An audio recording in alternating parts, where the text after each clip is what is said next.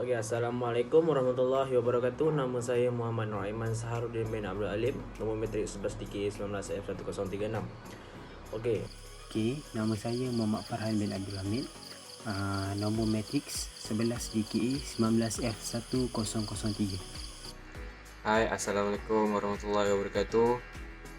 Nama saya Afiq Aiman bin Wahid. Nombor kad matriks 11 DKA 19F1045. Assalamualaikum, nama saya Muhammad Zaim bin Abdul Jamali.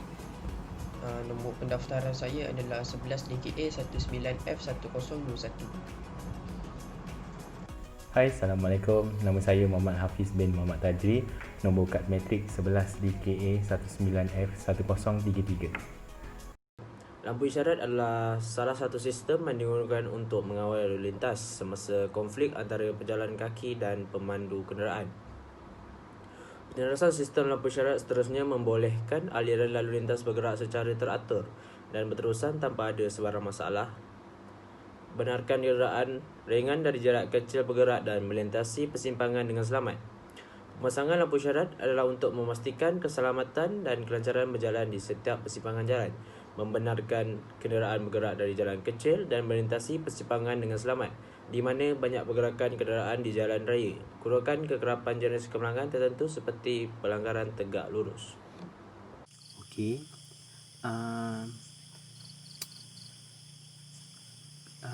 Saya dan seluruh rakan saya sekelas telah diberi tugasan, iaitu tugasan terakhir untuk case study lah. Kami akan buat case study dan presentation. Case study tu untuk subjek Highway and Engineering Traffic. Case study ni berkenaan dengan kami perlu mengira jumlah kereta ataupun kenderaan dan pilih salah satu sempang lah dekat mana yang kami nak. Okey, jadi untuk saya, tugasan saya adalah membuat cerapan data. Jadi saya telah memilih sempang 3 di tempat saya, iaitu di Batu 14 Hulangat Selangor. Okey. Kiranya sempang 3, jadi saya akan ada 3 laluan. Laluan pertama, laluan kedua dan laluan ketiga. Okey. Saya mengambil cerapan data ni atau mengambil maklumat dan mengisinya memerlukan 3 hari. Di mana hari pertama saya buat pada laluan pertama, hari kedua pada laluan kedua dan hari ketiga pada laluan ketiga. Okey, setiap laluan ni kami diberi 3 fasa, iaitu 3 fasa ataupun 3 waktu. Maknanya saya telah memilih 3 waktu tu adalah pukul 7 hingga pukul 8 pagi. Kerana saya memilih 7 hingga 8 pagi adalah waktu tersebut ramai orang atau pekerja keluar untuk pergi ke office mereka lah ataupun ke tempat kerja mereka. Jadi pada masa itu mungkin jam sikit dan kereta agak banyak sikit waktu tu. Dan fasa kedua adalah waktu kedua, saya telah memilih pada pukul 1 hingga 2 petang. Kerana waktu tersebut macam mana yang kita tahu kan, biasanya waktu tengah hari ni semua orang akan pergi lunch ataupun diorang akan pergi rehat lah. Jadi masa tu pun mungkin antara ramai pekerja akan keluar berehat. Mungkin masa tu tempat tu banyak kenderaan lah, senang saya nak buat pengiraan nanti. Dan ketiga adalah pada waktu 6 hingga 7 petang. Kenapa 6 hingga 7 petang? Sebab waktu tu semua pekerja akan balik. Kebiasaannya dia akan menyebabkan di sempang tersebut jam. Kadang-kadang tu jam yang kadang-kadang jam melekat, kadang-kadang sebab kemalangan pun ada. Biasanya sempang tu selalu terjadi kemalangan. Lagi satu, jalan dia yang kurang memuaskan. Maksudnya turap sini, turap sana, kenapa tak dia buat jalan baru? Buat jalan baru terus. Ni ada tampal sana sikit, tampal sini sikit. Itulah kaedah saya untuk bagi saya ahli pertama dan saya kena buat dulu. Maknanya saya yang menggerakkan case study ni. Maknanya saya yang kena pergi cerap data dulu. Kalau saya tak buat, yang lain tak akan dapat untuk meneruskan tugasan mereka. Itu saja tugas saya untuk cerapan data. Okey, sekarang saya akan terangkan tentang analisis data yang telah dicerap oleh rakan saya. Jadi data yang dicerap oleh rakan saya tu saya akan buat analisis data dan buat calculation untuk setiap kenderaan yang lalu lah. Jadi PCU bagi satu basikal adalah 0.22, motosikal 0.33, kereta 1, lori 1.75, bas 2.25. Jadi mengikut calculation untuk laluan 1 pada jam 7 hingga ke 8 pagi adalah 537.94 PCU-nya. Kemudian 1 hingga 2 petang adalah 559.48. Dan kemudian 6 petang hingga 7 petang 511.78. Kemudian untuk laluan 2 pada jam 7 hingga ke 8 pagi adalah 471.12. Kemudian 1 ke 2 petang 531.97. Kemudian 6 petang ke 7 petang adalah 491.53. Kemudian untuk laluan yang ketiga adalah pada 7 pagi hingga ke 8 pagi adalah 510.31. Kemudian 1 petang hingga ke 2 petang adalah 474.4. Kemudian yang terakhir 6 petang ke 7 petang 568.77.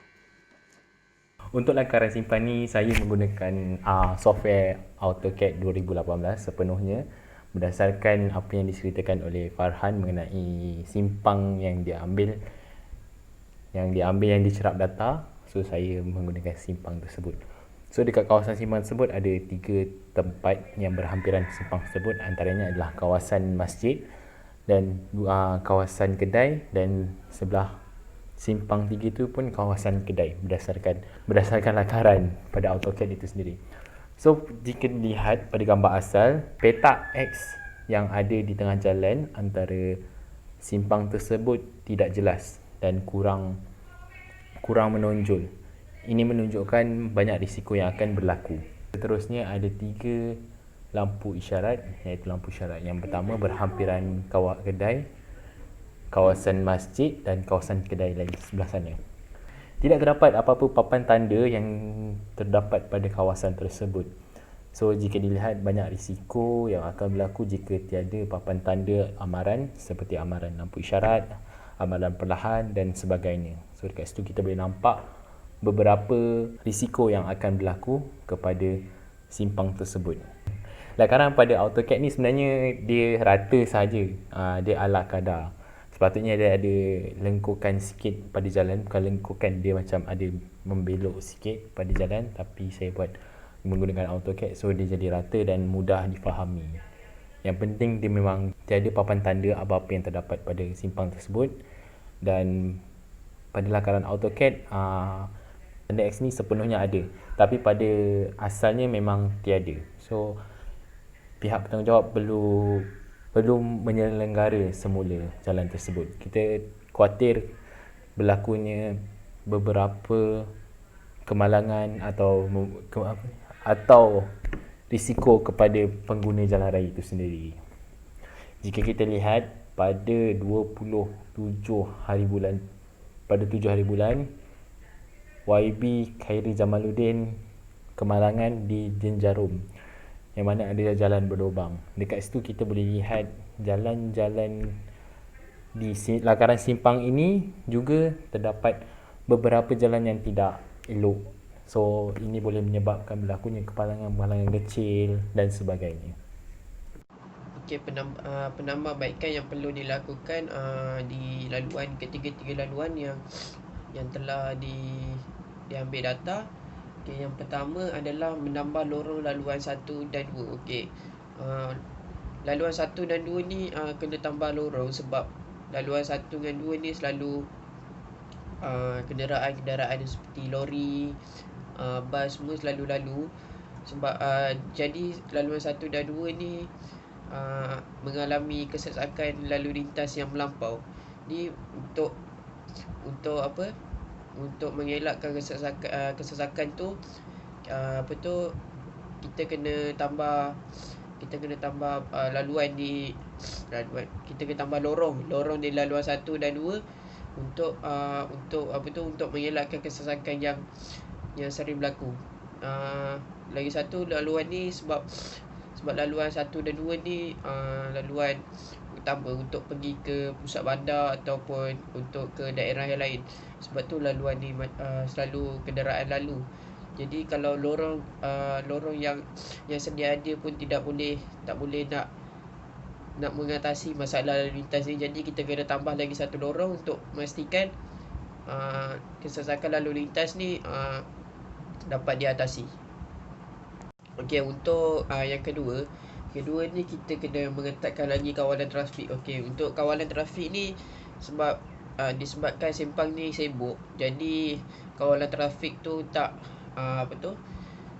macam nak kata dia memang sibuk sampai kadang-kadang ada orang langgar lampu isyarat, mesti ada kalau setiap minggu tu mesti ada accident, ada kemalangan semua tu kan. Jadi kalau untuk memastikan kawalan trafik ni kawalan trafik ni jalan lancar ataupun tak ada kemalangan semua. Okey, kalau untuk waktu puncak tu kita kena pastikan ada polis trafik yang mengawal sempang ni semua.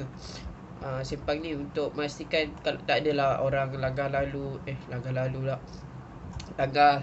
isyarat semua.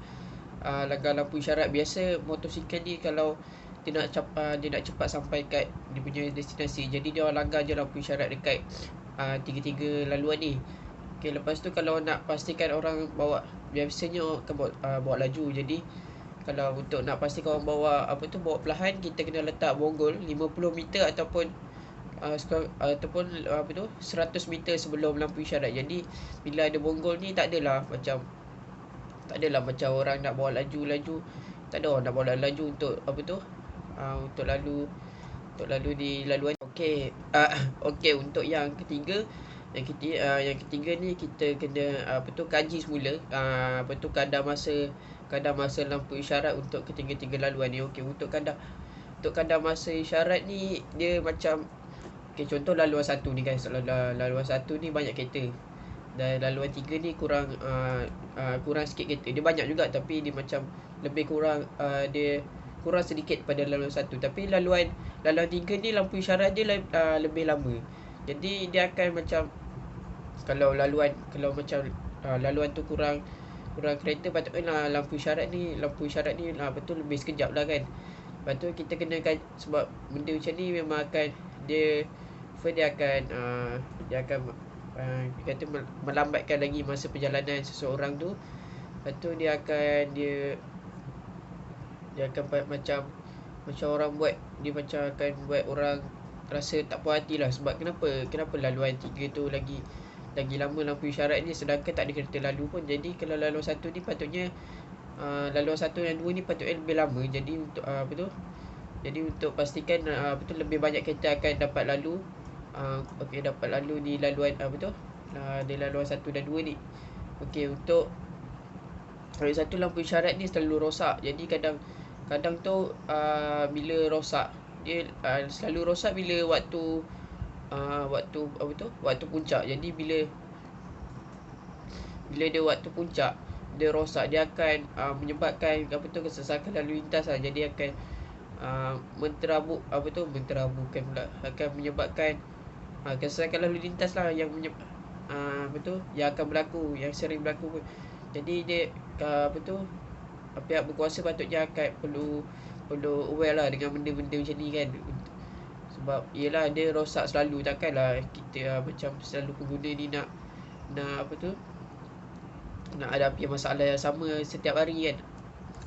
Okay, untuk yang last ni kita perlu perbaiki semula kondisi jalan. Okay, untuk kondisi jalan ni memang benda ni patut diutamakan lah. Kalau pihak berkuasa kat situ patutnya aware lah dengan benda-benda macam ni. Sebab kondisi jalan ni bukan dia bukan boleh rosakkan kenderaan je, malah dia akan menyebabkan kemalangan. Biasa kemalangan yang berlaku adalah kemalangan yang berlaku adalah seperti motosikal, basikal kan. Jadi sebab kalau kereta dia akan lalu jalan yang berlubang macam ni, biasanya kereta dia akan contohnya tayar pancit ke. Lagi satu dia tak seteruk seperti motosikal. Kalau motosikal kalau dia lalu jalan macam ni, mungkin dia boleh jatuh, lepas tu dia akan menyebabkan kemalangan. Lepas tu dia mungkin boleh rosakkan motosikal lagi. Jadi benda-benda macam ni kita perlu aware lah. Dia mungkin sekarang tak ada lagi kalau orang, sebab kalau biasa kita dengar kondisi jalan yang tak elok ni, orang langgar je mesti dia boleh bawa maut. Tapi untuk laluan ni tak ada lagi orang orang maut. Jadi kita kena sebelum benda tu berlaku, kita kena atasi kita kena cegah lah benda-benda macam ni. Sebab lagi satu jalan ni kan banyak lori lalu. Bila kenderaan berat dia selalu lalu, jadi dia akan cepat merosakkan jalan lah. Jadi kita kena perlu lah pakai bahan-bahan yang berkualiti untuk pastikan jalan-jalan ni selamat digunakan untuk semua jenis kenderaan. Kesimpulan dari kajian tersebut, dapat disimpulkan bahawa fasa waktu mempunyai sumbangan yang signifikan untuk mengurangkan kesesakan lalu lintas. Ini akan mengelakkan kenderaan bertembung dan kemalangan berlaku di persimpangan yang dipilih. Oleh itu, disarankan pada pihak berkuasa tempatan untuk menilai semula fasa waktu untuk persimpangan. Ini akan meningkatkan keselamatan pemandu. Kami berjaya mengumpulkan semua data dan mengira kajian jumlah lalu lintas menggunakan formula yang betul. Kami juga mendapati bahawa setiap kenderaan mempunyai faktor tersendiri.